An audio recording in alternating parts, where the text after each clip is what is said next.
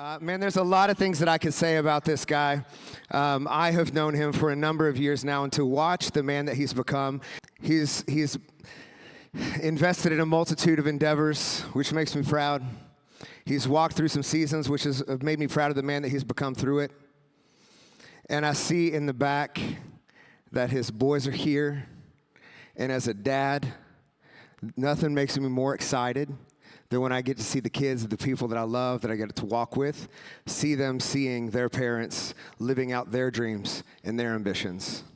So if you are a parent, make sure that you include your kids in what you're doing so they can see when you win, see when you lose, see how you bounce back, and see how you overcome. My friends, co-founder of Agency Founders, would you start making some noise for the one and the only, Mr. Ashton Shanks.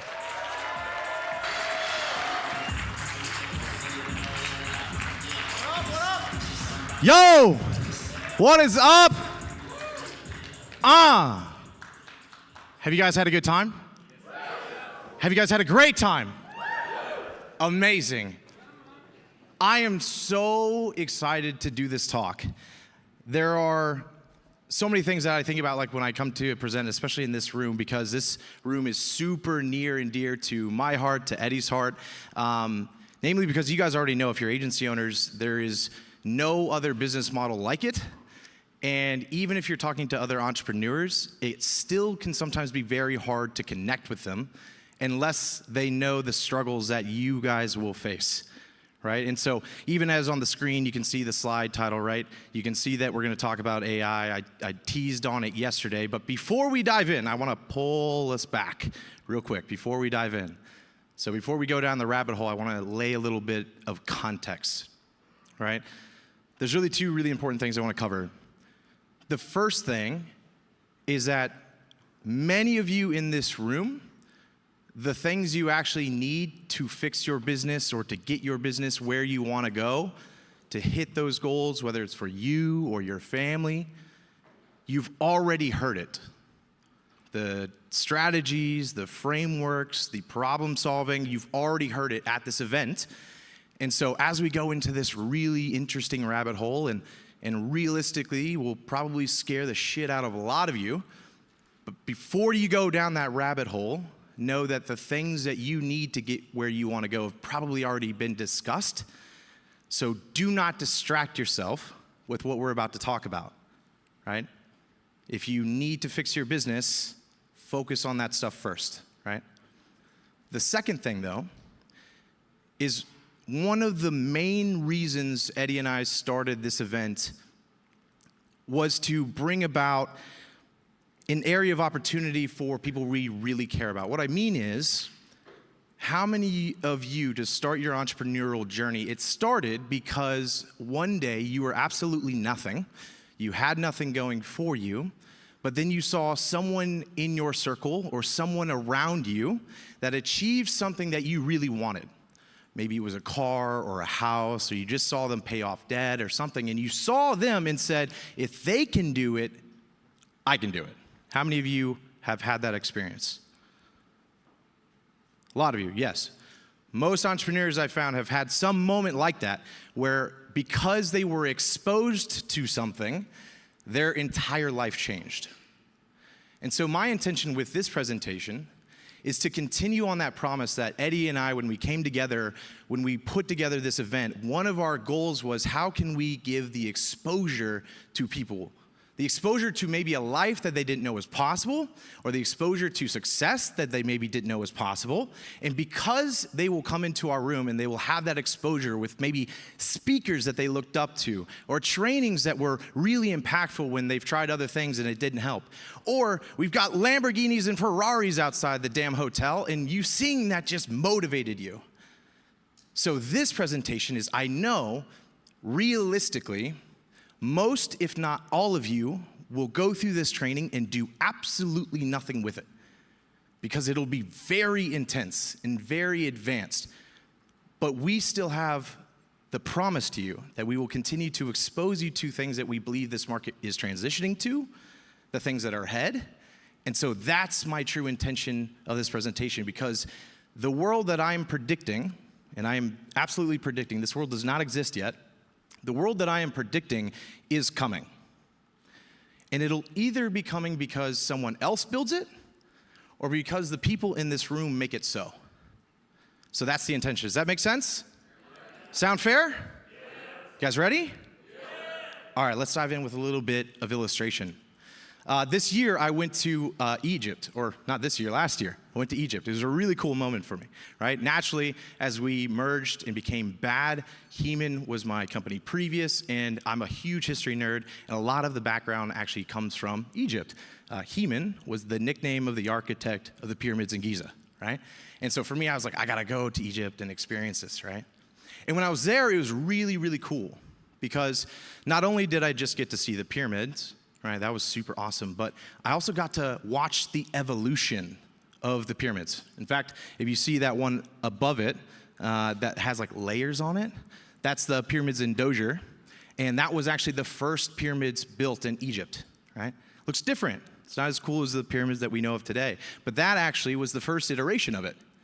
And then they evolved and they developed, and then it became what we know of today, right?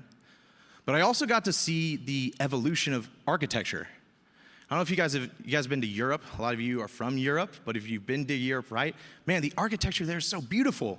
It was the same in Egypt. I could see massive halls of hieroglyphics all throughout it. And it took thousands and thousands of people so many years to build things like this. And I remember being there and be like, man, you do not see stuff like this anymore.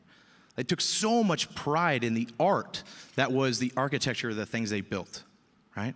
It's gorgeous, but if you look today, even in Nashville, right, it's steel buildings with glass. Nothing inspiring or artistic about it, but that's how time evolved, and that's also how things became efficient, and things became profitable, and capitalism came into play, and now we have the buildings we have today. Today, we're going to be talking about the evolution of technology and the evolution of our industry. So many people, when I talk to them about the future of AI, and we'll debate on the concept of, oh, AI will never beat a human. It can't beat a human. Oh, there's an art to this thing. I'll tell you, it's whether we like it or not, and whether the art stays the same or it goes away entirely, things evolve.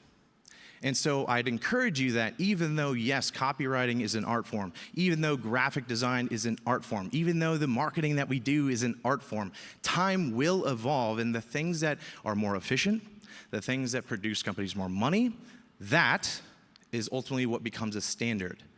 And my proposal to you is marketing is that thing as well.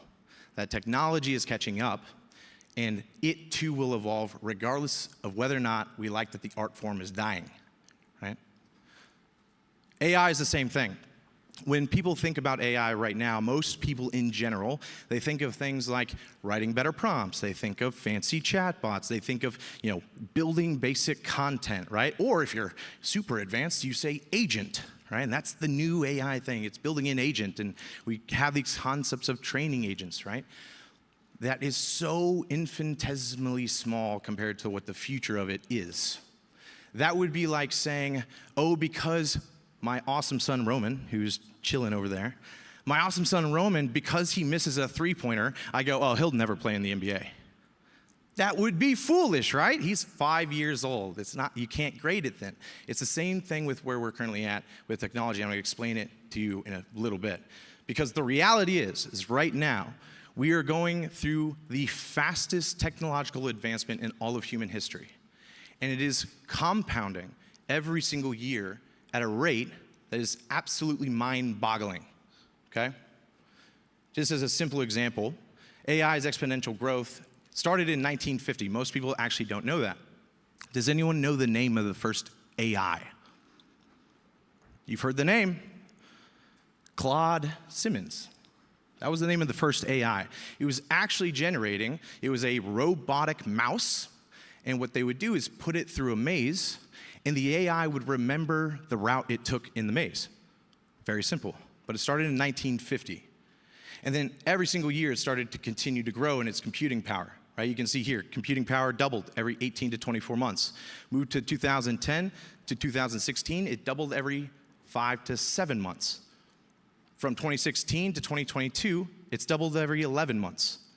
Well, you'd be like, oh, it's getting slower. No, it's not getting slower. It's exponentially larger, and it takes a longer amount of time for it to double, but it's increasing in speed.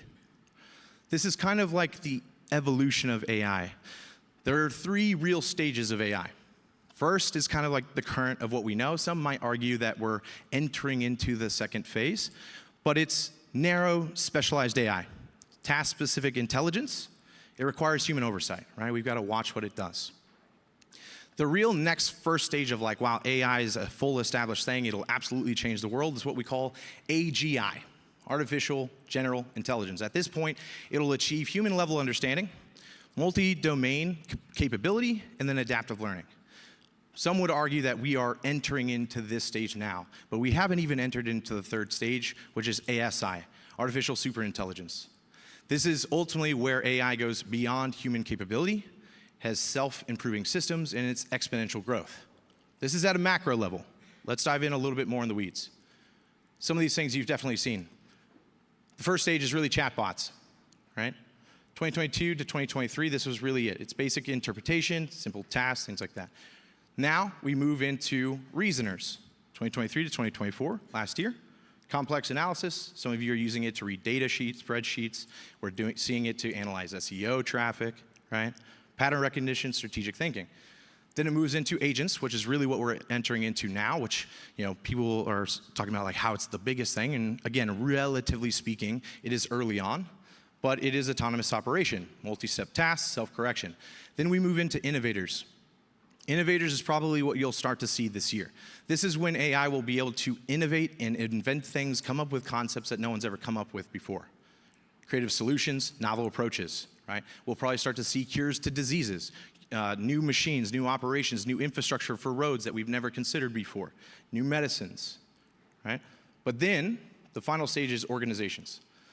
This is ultimately like the apex level because it'll be full system integrations, cross-domain optimizations, and autonomous strategy, right? These are ultimately like the products that start to stem from these different evolutions of AI. We have not even entered the back half yet, right? A little bit more data. I'm a big data nerd. This is small. Don't worry, I'll explain it. Ultimately, what this shows is the computing power of AI over the timeline. You can see back to 1950. That's the little dot really at the bottom, right? And ultimately, this shows the computing power of AI. So starting with, what they graded in is called petaflops. This is an insane amount of data, right? It is 1,000 million. That's what a petaflop is, right? It's insane amount of data. The human brain right now operates off of about 11 petaflops a second. Really impressive, really impressive.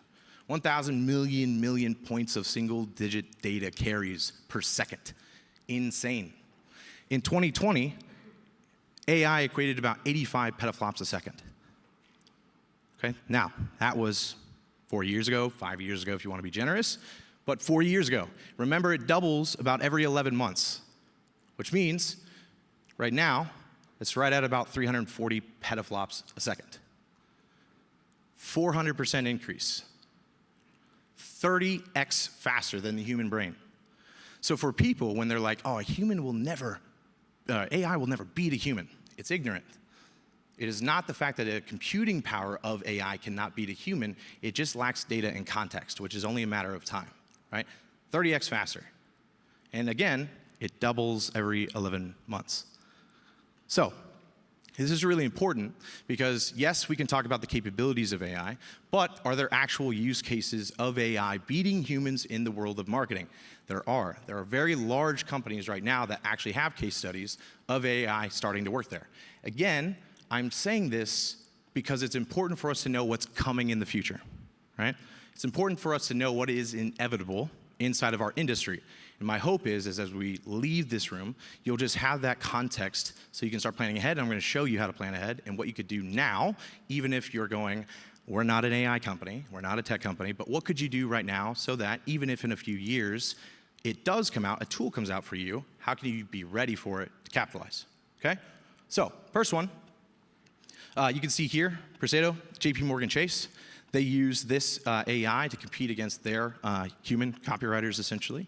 They got a 450% increase in ad click-through rates by using AI against their human teams. Right? Novo, they did a 14% increase in click-through rates and a 24% increase in open rates compared to human-crafted emails. These are very large companies doing it. Right? Next 7 Learnings, they're actually an AI media buying platform. Some of you guys might want to check it out. But they see an average of a 15% uplift when their AI is automating media buying rather than media buying teams of humans. Emory University used ChatGPT 2. Holy crap, that's old. ChatGPT 2, though, 80% success rates on rating first page search engine results, a 91% reduction in content creation costs. Now, this one's very important because a lot of us will go, hey, my team is so dang good, they will beat that AI. The problem is it lacks a worldview. Will ultimately companies trust your stuff that you're better if holistically across the board they realize they can achieve a 91% decrease in costs? Question, how many of you have ever lost a client because they said, I'm going to this agency who is cheaper? Cool. Yeah. Probably everyone at some point. And so the important thing here to note is that regardless of whether or not your team is incredible and could beat these tools that they have, this is the information that business owners, by and large, across the board will be hearing. And so again, if you're not preparing for going against this, even if you could beat the technology, you will still have to combat the fact that this is what business owners will be hearing. 91% reduction in costs, that's what they hear. Right? So it's important to be objective, not emotional about what's coming. Cool? Really cool one, though. Ogilvy Italia. Ogilvy is Italian division. They came up with a campaign that did 7 million unique packaging for Nutella.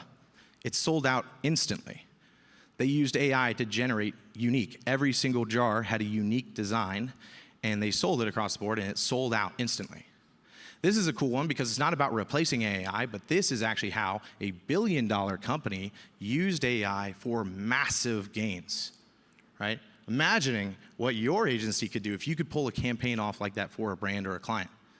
Insane amounts of data. And of course, I'll give you guys the slides. The links to all these articles and all data I shared today will be linked, so you know I'm not full of shit. I've put in a ton of research. Everything I'm saying is very, very heavily researched. But this was a really, really cool case study and will be a benchmark probably for what we'll see in the near future of things like this. This one, I'm just kind of building the case for you here. AI investment. AI investment's really important. AI investment in 2023, global investments in generative AI skyrocketed, right? Had a $21 billion invested into generative AI platforms or products, 65% increases from 2019. Significant year-over-year growth. Rates included a 37% increase in 2020, 60% increase in 2021, 66% rise in 2023 in number of deals. Why is that important? Not only is more money being flooded into the market than ever before, and it continues to increase every single year, more deals are being entered into the market than ever before. More tools are being created, more technology being created, more platforms being created, more knickknacks being created, which just means the more money that gets dumped into this industry, the more innovations we'll have. This stuff is not going away, right? Wherever capital goes, that's where innovation starts to happen. And the reason we're starting to see this amount of investment flow into the marketplace, specifically in marketing-related tools or softwares, is because tech companies have now discovered marketing and go, we want a piece. And so they're coming into the marketing space very, very heavy. And so as tech comes in, you're going to start to have very, very big private equity firms, Saudi money. You're going to have all kinds of cash being dumped in, right? All that to say, it's going to be very competitive. Cool? We're okay? Yeah. All right. I've just built the case. I'm done putting fear into you. You guys want to talk about some nerdy shit? Yeah. All right, cool. Let's jump in. This is just the beginning, like I said. This is only going to get more and more cool if you're ready to adapt. But if you're not ready to adapt, it's actually going to get more and more scary or complicated, right? You're going to have more complex conversations on what are we doing, how are we leveraging AI, whatever. First, I'm going to show you an example of what realistically is child's play. This took me maybe 8 hours after work one night. And, well, actually, that's not true. I fell asleep around 6 a.m. Took a day. whatever. Took me a day to build. And so I wanted to build basically like the foundation of any good client relationship. As you guys know, whether you're in copywriting or creative or you're building websites or ads, research. Research is the basis, right? So I wanted to put together a thing a couple years ago. Actually, this would have been about 2 years ago exactly now.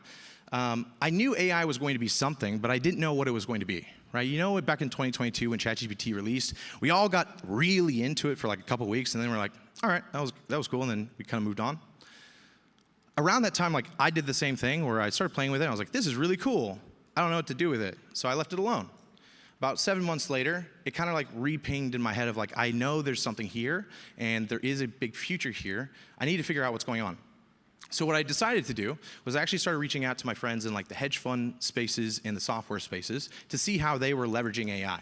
Because I knew the hedge fund places, if you guys had ever done any like history on like stock trading and things like that, you know, really the introduction of AI and quant technology was really what shifted Wall Street and hedge funds, their ability to invest in capital, right?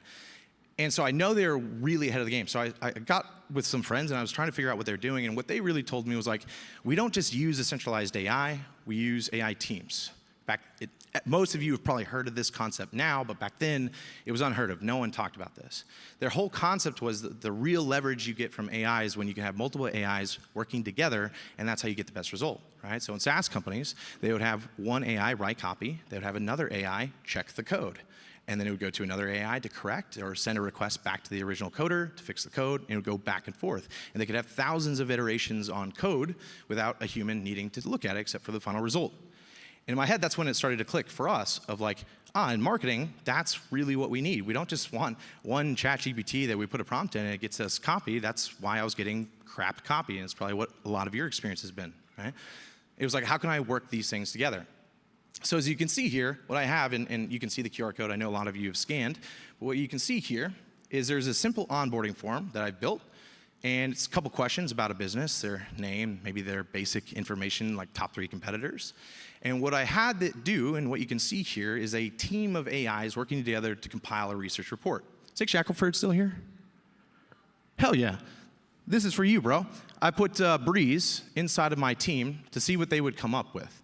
If you guys scan that QR code, you'll see the report that my team put together. And I believe it's about 45 pages of research on Breeze, on the market, on adaptogenic industries, on trends, on competitors, on their SWOT analysis for their social media. Puts it all together, starts building customer avatar profiles, what would be the biggest pain points, what are the things that they would need to understand on awareness or consideration or purchase stages. It's an insane report that I know none of you actually do inside of your business because it would be too intense. But how impressive would it be for your client if when you're on your onboarding, you could show them this depth of information and understanding about their business, but not just their business, not just their competitors, but the market in general, the industry in general. It also has a section that talks about rules and regulations and laws that actually could be hurting the adaptogenic market, right? Very intense, advanced stuff. But this is child's play. This report that it puts together, it did it in 4 minutes and 9 seconds. From the moment I put submit on the Google form to the moment that that doc was in my Google Drive, under the assigned Google Drive that I wanted it, it was done. If you guys want it, it's right there. If you scan that code, well, actually it's on the next page, I think. I'm gonna explain a little bit about what's inside this workflow, and then I'm gonna give it to you. All the prompts, how to set it up. It's very, very simple, but it took a lot of work because I wanted to make a research department, not just here's my research agent, go do it. I realized there's multiple facets to research, right? You have a market research analysis, you have a consumer insights specialist, a customer insights specialist, competitive intelligence analyst, a UX researcher. What does that do? It goes to their website and it will give you a feel of how does their website flow, where are unique CTAs, where are friction points compared to competitors, what are emotional tones that they have in that UX design of the website versus their competitors, right? It goes in and analyzes all of it. Then it goes to a deep competitive analysis, so it takes the original competitive analysis and then presses further in. Then it goes to avatar research, market sophistication, unique mechanisms, emotional storytelling, research, and then it produces the final result, right? All of that stuff working together. Here, if you want it, is that all you have to do is scan it. You'll require just 3 tools, I believe, yeah. A Google form, Perplexity AI, and make.com. If you scan that code, you're going to get a file, right? It's going to look weird. You might not even be able to open and see anything inside of it. But save that file or share it to your Slack or something so you can go back to it. Because if you go into make.com, all you have to do is say import blueprint when you're actually in a scenario. Just hit import blueprint, and it'll fill this entire workflow into your make.com for you. Again, all the prompts will already be there. All you have to do when you import it is just connect your Google account and connect what file or folder you want it to go into. But whatever you put into that Google form, it'll take all that information about that business. It's like literally 4 questions that you can just probably take from your client's application, and it'll generate it for you. Cool? How's that? That's pretty cool, right? Not bad. Cool. That's just one example. You want to see another one? Cool. This one, creative iteration. Creative iteration is so important, and realistically in AI terms, they still got a ways to go. They still got a little bit of ways to go until I'm fully confident in the creative that we can do. However, we are actually using a lot of the creative that this iteration workflow does, and I can tell you it's doubled our outbound click-through rates. The CPMs are a little higher, which actually makes me think that maybe Meta is being able to track that something is maybe AI generated, which is maybe just a competitive play because Meta has their own AI image generator, so maybe they're trying to like just hurt other people. However, even though the CPMs are higher, the click-through rates and the unique outbound click-through rates doubled. It was incredible. Here's how it works though. Essentially, we have a Google form. All I have to do is give it a URL and the body copy that I am running within that ad, right? If I needed another ad for an ad I'm running, I'm like, oh, it needs a creative refresh, right? So all I have to do is take the URL and put it into a form. For this one, I decided to do it with Liquid Death. I saw one of their ads and I was like, honestly, that creative sucks. Let me just try and see what it does. This whole process took 6 minutes, 14 seconds. Anytime you're generating video or image, it takes a while because you have to do an API call, make sure it can generate it, upload it. Anyway, so this is what I did. This is the form. This form, all it needs is, again, like I said, name, offer name, what type of company is it, e-commerce info or whatever. I don't necessarily need it, but it's for future tracking. And I gave it, this was the ad that I saw on Facebook, right? So I just went to the website, it took the URL, nothing else, put it into the form. Want to see what it built? That. 6 minutes. What happened was when I submitted the form, the AI actually went to that landing page, and my first agent actually is a brand guidelines agent, and it went to the website, scraped the fonts, scraped the color tones, scraped the emotional tones throughout that landing page, and used that to then customize its own JavaScript that I sent to another AI, which was called FluxDev Realism, and it gave that AI a prompt of what it wanted. And it could see that it was a hoodie, and it sent me back that. Now, obviously, that Eternal one, if we actually go back, right, that's not actually on that sweatshirt, right? So that's something that it would need to adapt. But as you can tell, that would look like Liquid Death made it. That's their font, color style. Those humans don't exist. They're fake. Completely AI generated. Again, this is only to illustrate the potential of AI in the future. This is child's play compared to what we have coming, right? So let's talk about the agency model evolution, because this is the model of the tools and technology we have access to. But ultimately, if this is really the future, the model of the agency would actually change. It would absolutely change, right? So what does it actually look like? Well, the traditional agency model is actually reaching its limits, right? We talk about high labor costs. Labor costs will only continue to increase because the cost of living increases, inflation increases, right? So people are going to only want more and more money. That's tough because our businesses are based on labor. And most of us in this room are paying 50 to 55% of our revenue into labor. It's very, very expensive, right? It's very tough. But we also have increasing client demands. The more platforms of social media that exist, the more places where we can have ads, the more things like that exist. How many of you are hearing your clients going, I want to try this? And you're like, shit, you're not paying for that.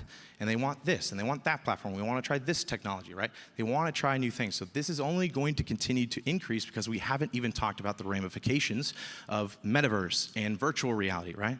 That's a whole new space that we don't even have to think about right now, right? But it's only going to increase expectations. We have pricing pressures, we have talent scarcity, we have service commoditization, right?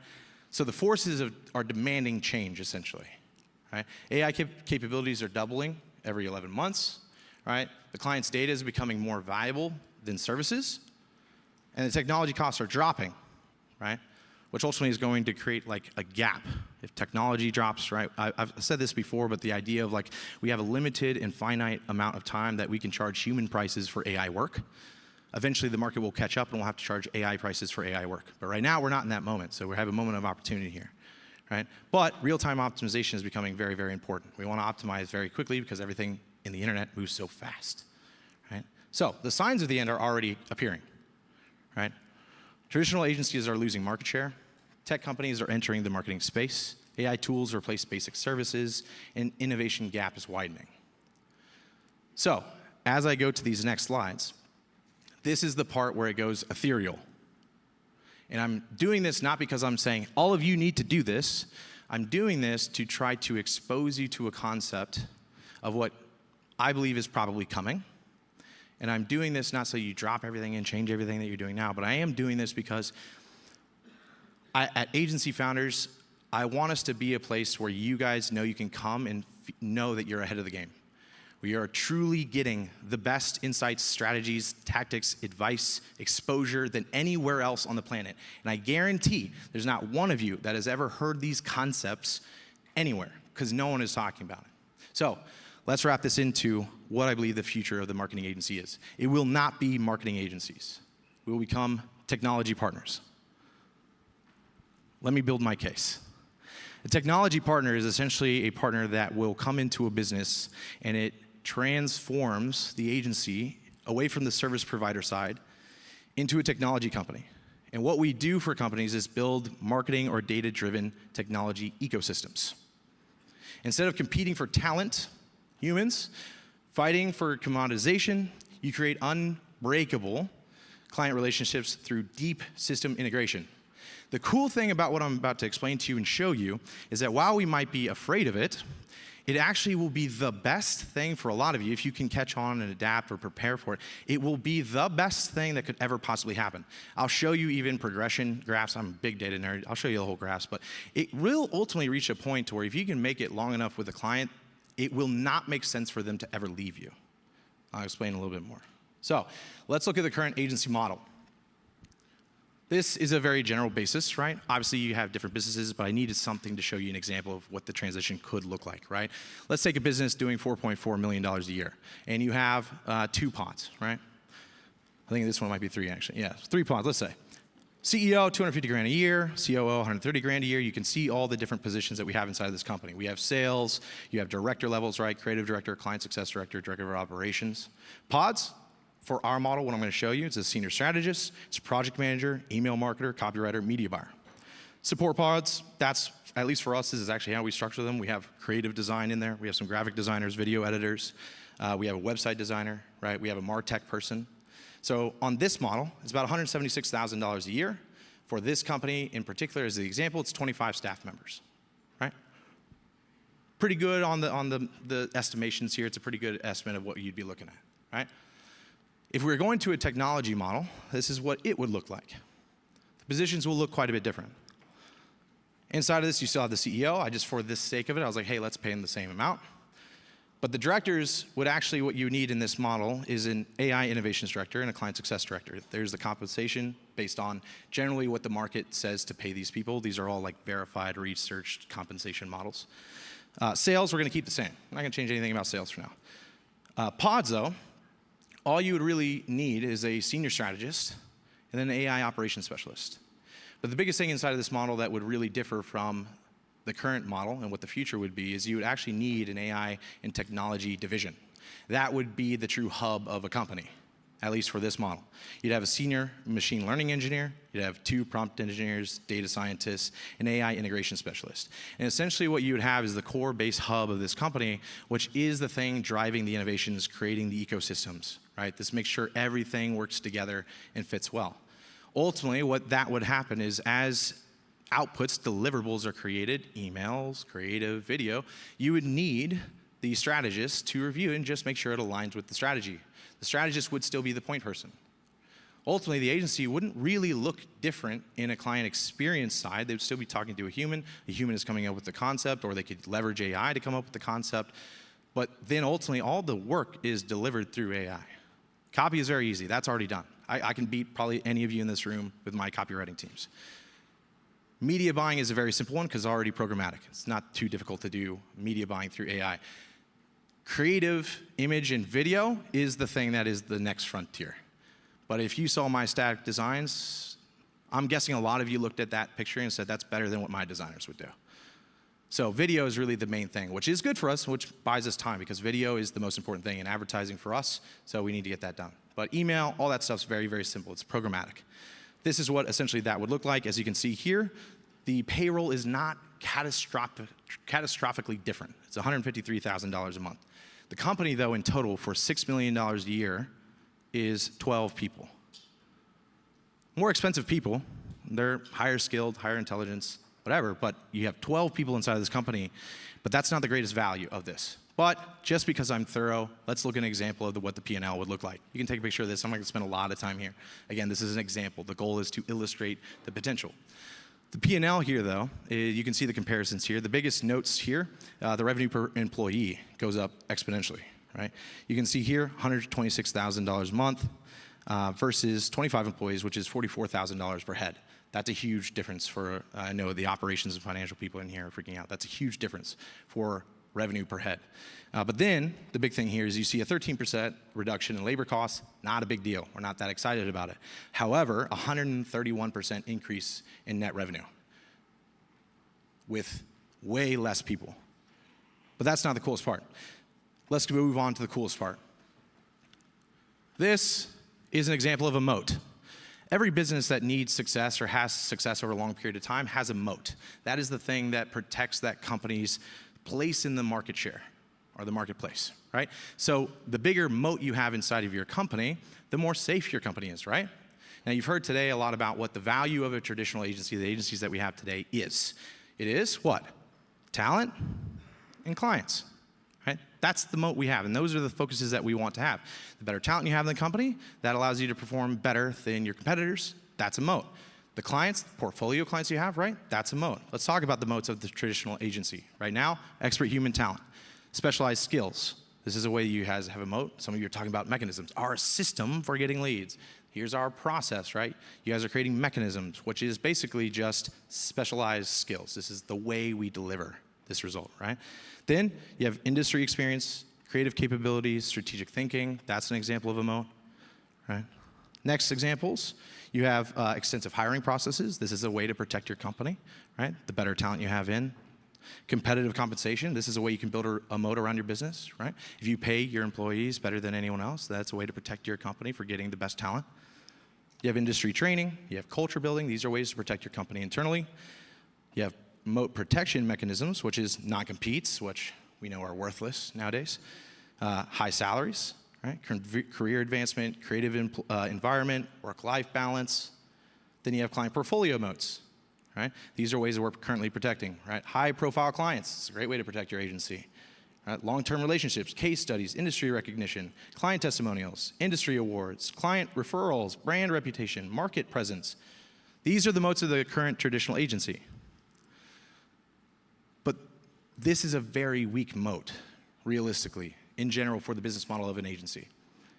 If your real moat is high-skilled talent, but what if I could get something that does better than your talent? The moat goes away. High-profile clients, the average agency will have a 10 to 15% churn. You're going to lose clients. It's a fact. So these are okay moats, but this is a very weak moat for a business model. And this is what our current traditional agencies have. Let's talk about the new moats. If you adapted, if we actually had to become a technology partner, the amount of moats that your business would have is exponential. First, you have proprietary data collection, right? There's a unique way that you collect data versus maybe another technology partner. Custom AI models, right? They might have AI, but they don't have the same AI models that you have. You've built yours a little bit different. It has a different instruction, whatever. Abandoned automated workflows, integration depth, performance history. Great, but it goes deeper. Data assets. Now, all of a sudden, if your whole business is to collect and optimize off of data, now you are collecting data, client performance data, industry benchmarks, campaign metrics, audience insights, optimization patterns, all these things your agency would own exclusively because all of it flows through your business. Then custom AI tools, right? At that point, you're probably developing your own custom AI tools, integration frameworks, right? You're gonna integrate differently than other businesses, so that's a very unique moat, and it could perform differently. Automation systems, quality control mechanism. If you're taking pictures, I promise there's like several more, so I'll tell you when you get to take a picture. Quality control mechanisms, performance monitoring. We have the technical integrations, deep system integration, right? If you're heavily integrated into their business, it's going to be very, very hard to fire you as an agency. It's a nightmare. CRM people, well, what? Yeah, you already know that, Aaron, right? It's a nightmare. Changing CRMs is terrible, right? They want to do it as little as possible. Custom dashboards. If everything runs through your custom dashboards and the entire company runs from those dashboards, it's very hard to get rid of you. Automated reporting, real-time optimization, cross-platforms. Switching barriers, right? Like we said, if you're deeply integrated into their business through their email, SMS, through their ads, through their social media organic, right? Very hard to get rid of you. Historical data loss. If they left you, they would lose all the optimization the AI had built, right? They can't do that. That wouldn't make sense. Even if they went to another place, they would have to start at nothing. It gets better. Legal protection, data ownership, IP rights, technology patents, process documentation. None of that exists in the client. That's all yours because it's all processing through your systems that are optimizing. Technical protection, proprietary algorithms. Your algorithms will be different than anything else. They can't replace it. They can't mimic it. They can't go to another Facebook ad agency because it's not the same. Custom integrations, unique workflows, security protocols, access controls. Learning systems, continuous improvement. They would lose all that. Pattern recognition, they would lose it. Cross-client insights. If you have a business and you're niched down and all you do is e-commerce for supplements, that means you get to leverage data across the entire industries of supplements and use that to optimize your ads. If they go somewhere else, they lose the cross-pollination of the data, right? Making sense so far? How many of you think this is a better moat? Yes. It absolutely is. Let me prove it to you. Here's why this model really gets good. So, like I said before, there's a progression to this. AI over time learns and optimizes, gets more efficient. This is a progression model of labor on the front end as it stems over time. So this is about a 12-month cycle, right? Initial effort for something would be pretty high, right? You got to develop out the ecosystems. It's tough. It takes time, right? The effort you're putting in is about 100%, right? So it takes a lot of work. However, on average, the AI, if we're being crazy conservative, that optimizes 5% every single month, that compounds, right? So the big thing here is there would be a moment what I believe we would achieve, which is called a lock-in progression. There's a certain point in time where it'll no longer make sense for a client to ever leave you because you've passed that point of like tipping power, right? My estimate is that it would be about 6 to 7 months, right? Over about 6 to 7 months, you would reach a point to where you would achieve 150% optimization increase. At that point, it probably wouldn't really make sense for someone to leave you because, again, they would have to start back at zero, and things only get better over time and more efficient and faster. The best value for the agency, though, is that as it starts at 100%, which is that yellow line, that effort, as you go over time, it goes down and down and down, and after month 12, the system requires minimal human effort. It would achieve about 30% of the human effort that it started at.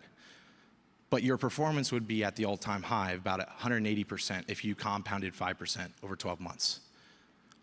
So that means is, once you get to that point where it's in cycle, it doesn't make sense for the client to leave you, and it's less work for you to do than ever before because at that point, it's optimizing on its own. So it requires less money, and it produces better results. So that could be your workflows. So at that point, you're just scheduling onboarding correctly so that you can build out your marketing ecosystems and time and have a good amount of time for it, but the optimization side would start to take care of itself. How are we feeling so far? Is this too much? Cool? All right. A little bit more to go. Almost done. So what now? Right? Like, obviously, this is cool action. What the fuck do I do? Like, it makes no sense. Like, really cool, but we're living in Tron world. This doesn't make sense to me. I have no desire to do that stuff, right? So here's what I would recommend to do now. Because all of this stuff, while it could sound really cool, while it sounds like I'm accurate, and I believe I'm accurate, I could be full of shit. Regardless of that, though, The future of AI is coming. We can all agree with that. Whether or not we know what that actually means, we do know that that is an approaching future. So here's what I would recommend you do now, regardless on whether or not you plan to action on it, to prepare for it, maybe to be an innovator of it, you still need to do this process now. Action number 1, you need assessment and planning. What I'd recommend for everyone to be doing is essentially you need to audit everything your business currently does. Some of you in this room probably already have this. You have the step-by-step SOPs, you have the workflows illustrated, that's all great. If you don't, you need to do that, absolutely, right? You need to document all your current service offerings, map out delivery processes, you need to identify time spent on these processes, you need to track profit margins on these services and the different tasks that you're actually doing. I know this was a question earlier of like, how do I do this? The reason this is important is because once you have it all established, you can know where you should focus first on just optimizing, regardless of whether or not you want a full technology partner. If you want to start to leverage AI, even just as tools within your business, you should start figuring out what are the areas that take the most time or the most stressful or the most tedious, and are there ways that we can optimize those processes, right? The next thing though, this is why it starts to get really important, is because you need technology, a stock review essentially, right? List the current tools and subscriptions that you're doing, calculate total technology costs, document data flows, and note manual handoffs. Anywhere in your company where manual handoffs are required from like a team to another team or things like that, because those will probably become more complicated to leverage AI. But if you have situations or workflows that all stay within the same unit, those are areas you could probably focus to optimize, right? But the next thing is a team skills assessment. So you need to evaluate your team's current capabilities. Actually, Dee, we were talking about this last night, right? Where even in the new age, in the new world, right? When things went away from like really archaic systems, like you're thinking way back, like your grandpa, what they did in their companies, like the really manual processes of tech. When the internet came out, there was a whole industry that opened up going into enterprise level companies and training their old timers on like, here's an email, here's how you do it. It's no longer fax. It's a whole industry, right? Realistically, we'll have to do something similar if we want to keep our people.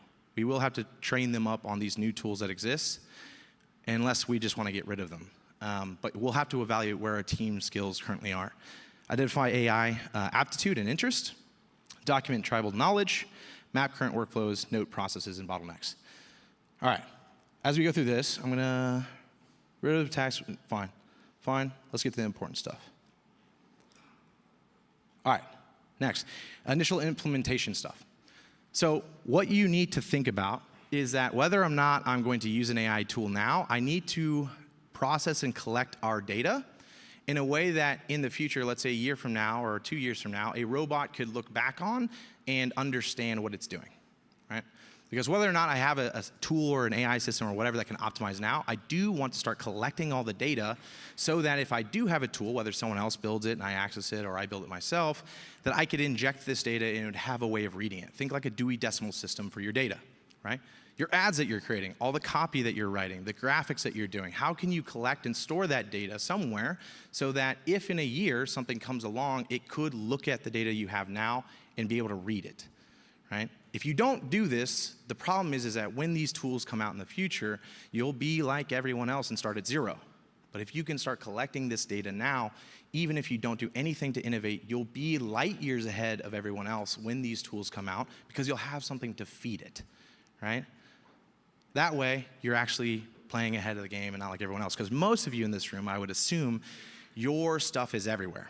Slack channels, random Google Drive folders, but you definitely don't attach performance to anything, your emails, your ads, or creatives, or anything. You need to start creating this library. If you did nothing else from my talk, that would be my request to you, is to start figuring out how you will collect data and how you will assign value to that data so that something in the future could read it if you get to that point, right? Super, super important. So, for phase 2 though, we talked about like assessing and auditing. For phase 2, the technical foundation. So this is kind of what I was saying before. You need to start setting up a data warehouse, right? Now that's a more technical term. You could actually do that. I would encourage it if you could. But if you don't, just figure out your own system. But building a data warehouse would be really, really important, right?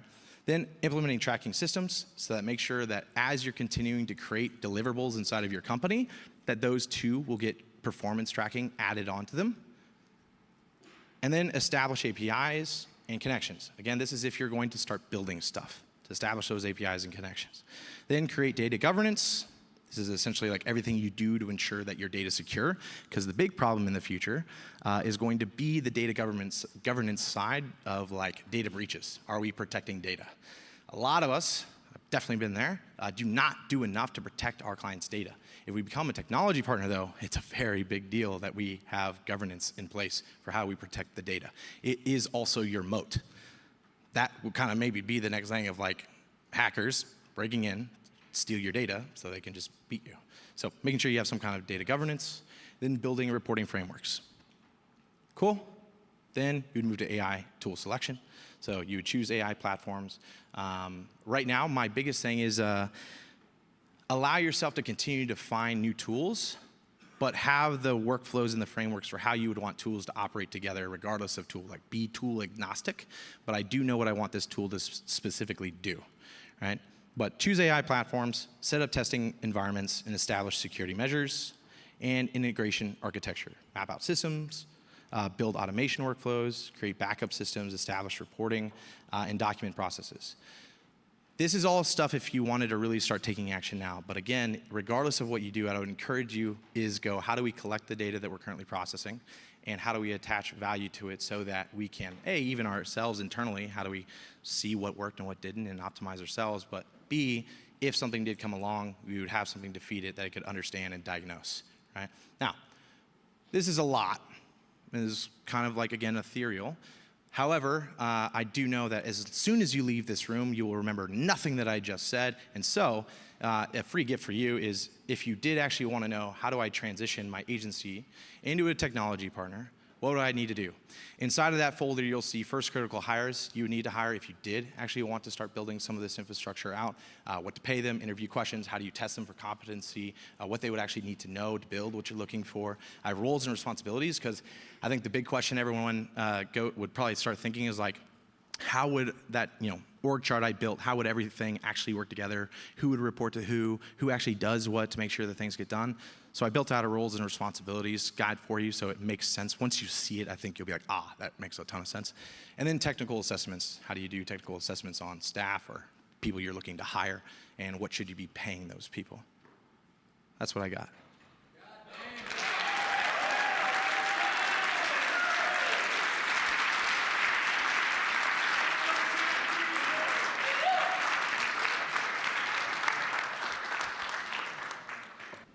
I got a quick question here. Oh, he's going first. Yeah. Did you write that whole thing with AI? Just curious. The whole presentation. I would say probably like 70% was probably leveraging AI. Because like the amount of research, like legitimately this presentation probably took, I don't know, if I was conservative, probably 16 hours.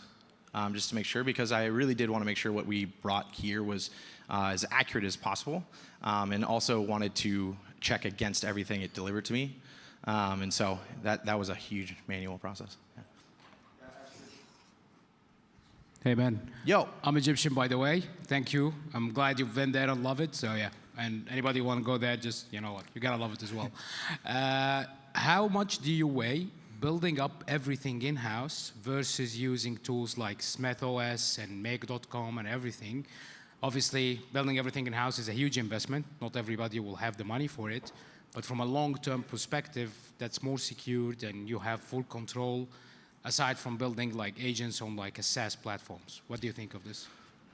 So I think realistically, you could do all actions using tools. In fact, I would encourage it. I don't think it makes sense for most of us to build out the infrastructure to have these actions done. However, it still says the important value of the business in 3 to 5 years here is still your data. And so you don't have data infrastructure and systems to analyze these data. Even if like Make.com is doing the task, you still need something to interpret the data it's giving and provide optimizations, because that is your actual moat. That's the thing that Make.com or Claude won't be able to do, and that will make you better than everyone else. And so I think you can do tools or the actions external. I would encourage it. But I think we'll all need our own internal home data infrastructure, because that'll be our unique thing. Or else anything that copyrights or media buying does or creative generates will not be held in a storage and analyzed to improve upon. Yeah. Me or? Oh, yeah. Okay. So you said something, I was going back to what you said. You said human prices at AI rates or something like that, which is really powerful. And I've been thinking about our work, and I know that it's going to be, price is going to be pressed, right? We can't charge the same amount for the same work. Do you see, in this case, you pretty much have the same burn rate. Do you see offering so much more value that your clients still feel comfortable paying you the same rates?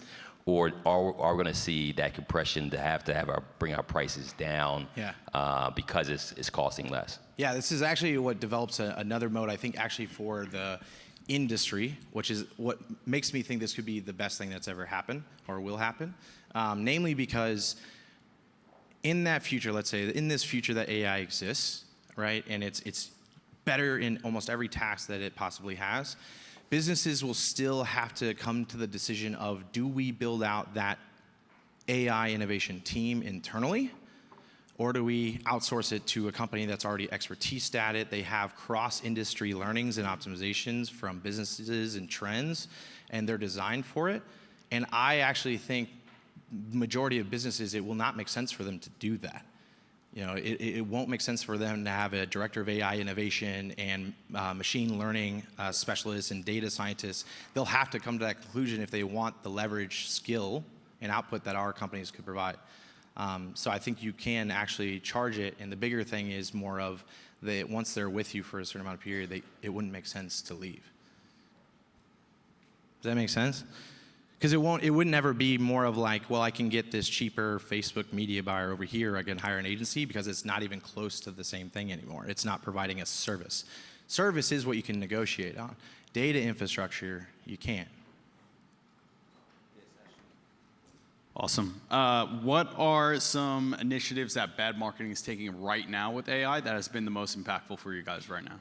I think for us right now, the biggest thing is, like, in the very beginning, how do we deliver excellent experience, right? So things like this kind of research report, things like if we can take that research report and instantly create avatar profiles and 12-month marketing plan campaigns for it.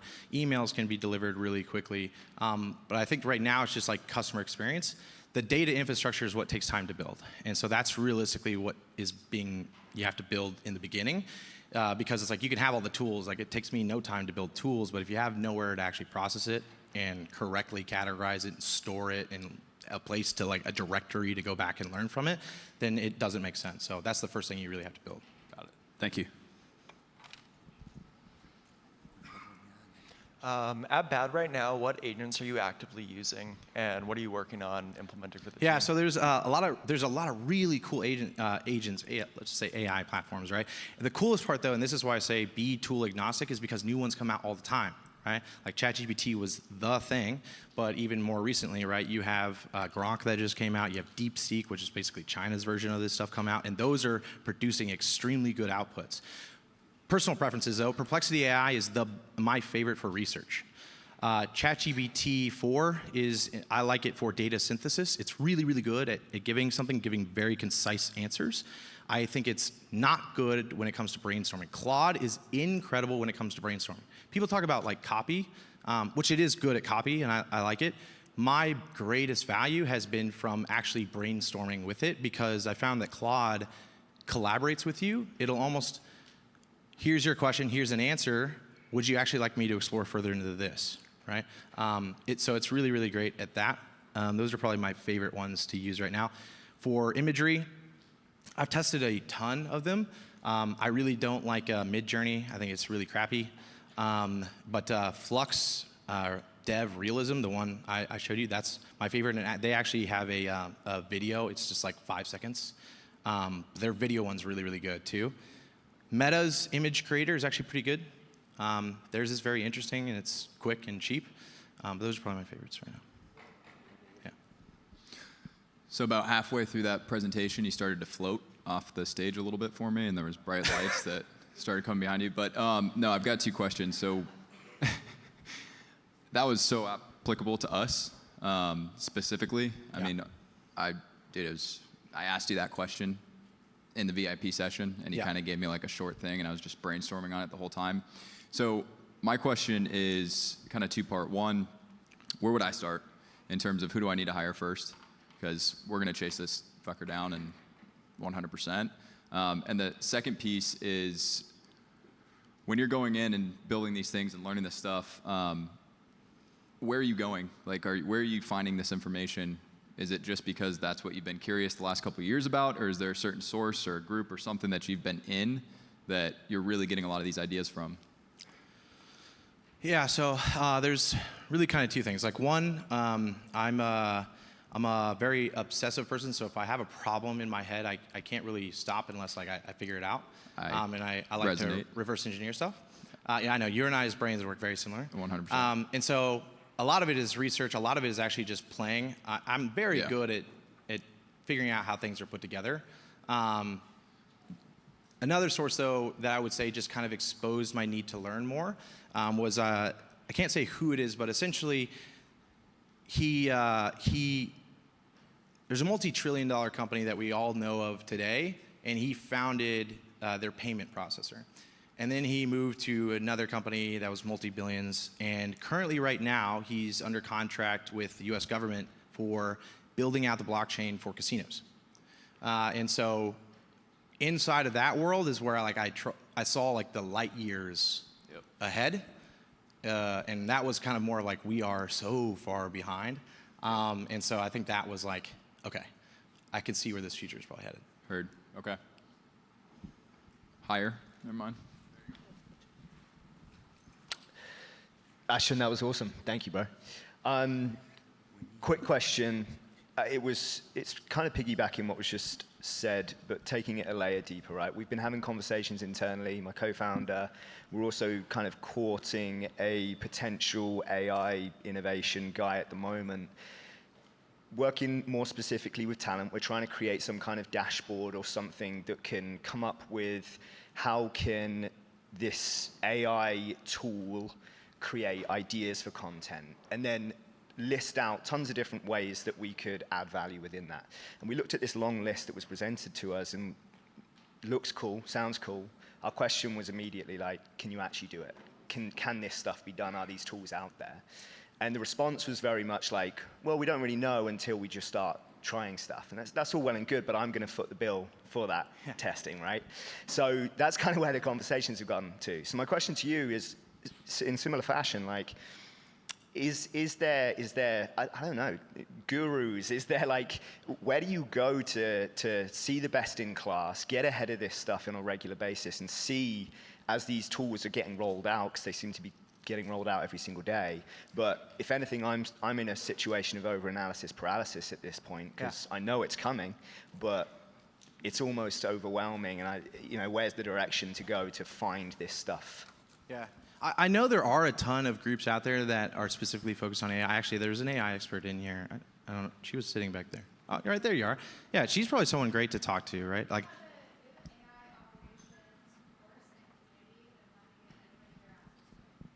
That's amazing. If you guys didn't hear her, she said that she has an AI course in operations, like guide and program, it sounded like. And she said if anyone wants it, she would give it to you guys. So first off, thank you so much. That means a lot. So hit her up. Yeah.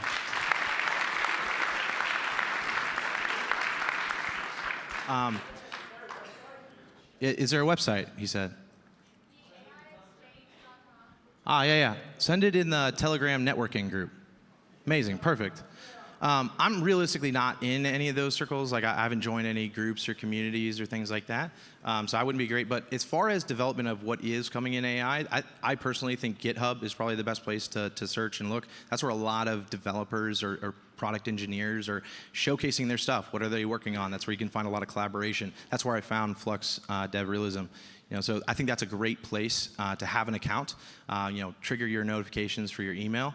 And I would say, if you're not careful, like it's just like crypto. There's new stuff every day, so be very careful. So what I would say is like, go find a couple newsletters you really like or a couple platforms, get the RSS feed, and just go, okay, every Saturday from this time to this time, I'm just going to open up that email and I'm going to go through and see what's there.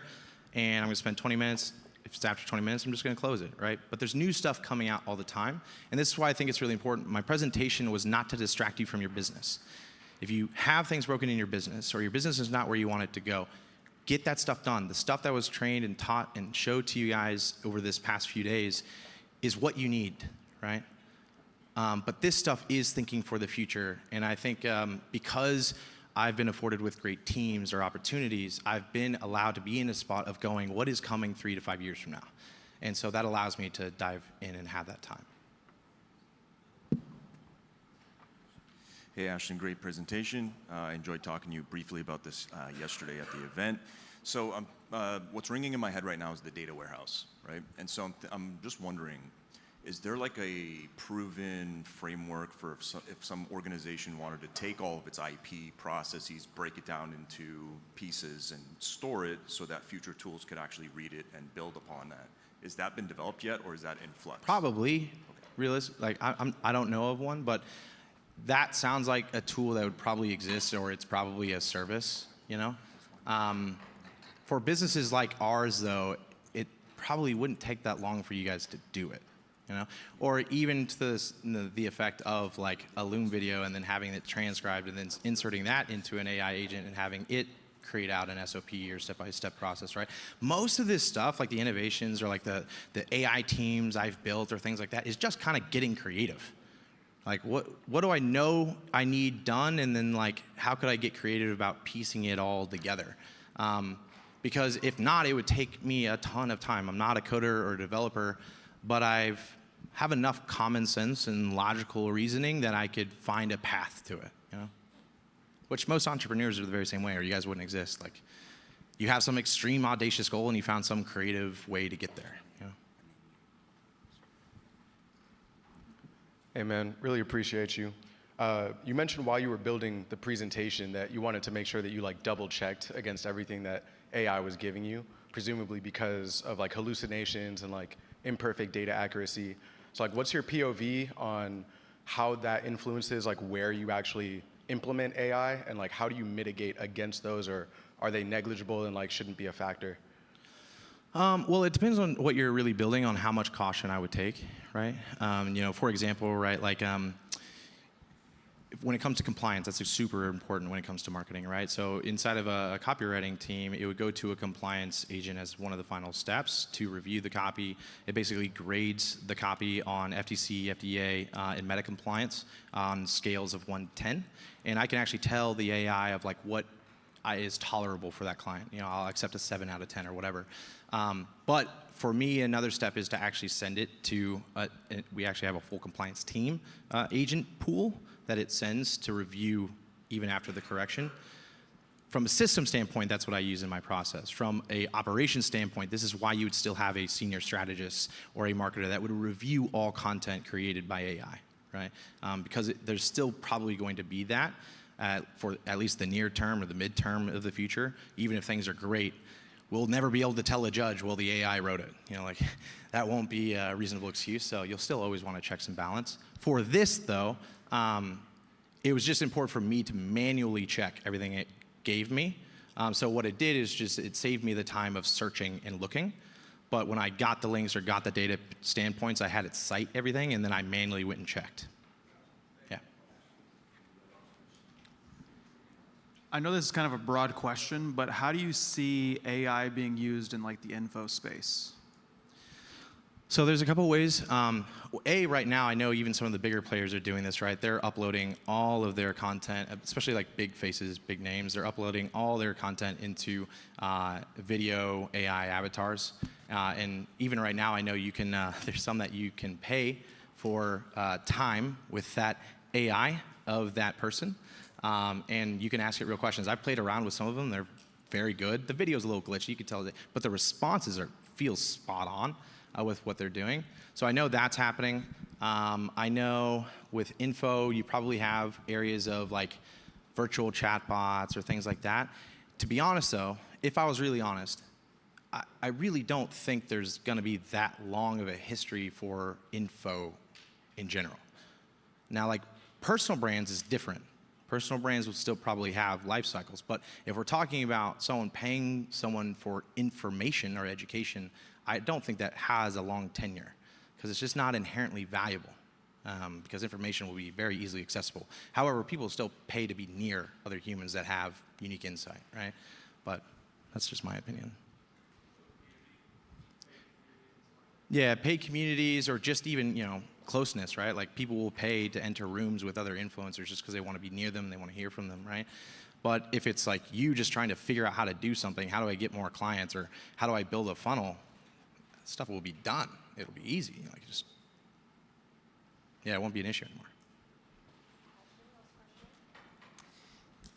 Hey, so in terms of going down that technology partner path and creating that stickiness with the clients, what are some of the ways that you see to integrate with them? So things like integrating with their CRM and creating specific workflows for AI, and then at the same time integrating with their email marketing and all of these other sources. And that is what you mean by like the stickiness? Yeah, I mean, most of us do it already. Most of us, if you do marketing for a client, you already have access to their CRM, you already have access to their ad accounts, you already have access to their email service provider, you already have access to their SMS. So it's just a matter of you being able to connect that to your system, right? So the operation side of it won't be much different. The thing is, though, kind of like right now, like when a client leaves and you're doing their Facebook ads, they leave and they have their ad account still, right? Like all that data is hosted there. Right? But realistically, in this new one, if you have your own marketing ecosystem, yes, that data is in the Facebook ad account, but the cross-platform optimization or being able to leverage the data you already had as a business will go away. And that's the part where it becomes very difficult for them to want to leave because they'll lose access to all of that. And even if they started with another agency, that AI, if let's say it's still another agency that does the same thing of a technology partner, that AI system would still have to learn from zero. Yeah, that's the exciting part because that's what actually creates the moat in your agency. That's the part where our custom workflows, our proprietary process, our proprietary data technology, that's where it becomes unique. Because that other agency, yes, they might have a system, might have an AI, but our process is different from them. Our data analysis is different than them. Our data warehouse storage is different than them. So that's the stuff where you'll actually have tangible moat-like differences between you and another agency. And the game won't be who uses AI. The game will be who uses AI better. And that will create real, actual mechanisms and safety. Yeah. All right. That's it.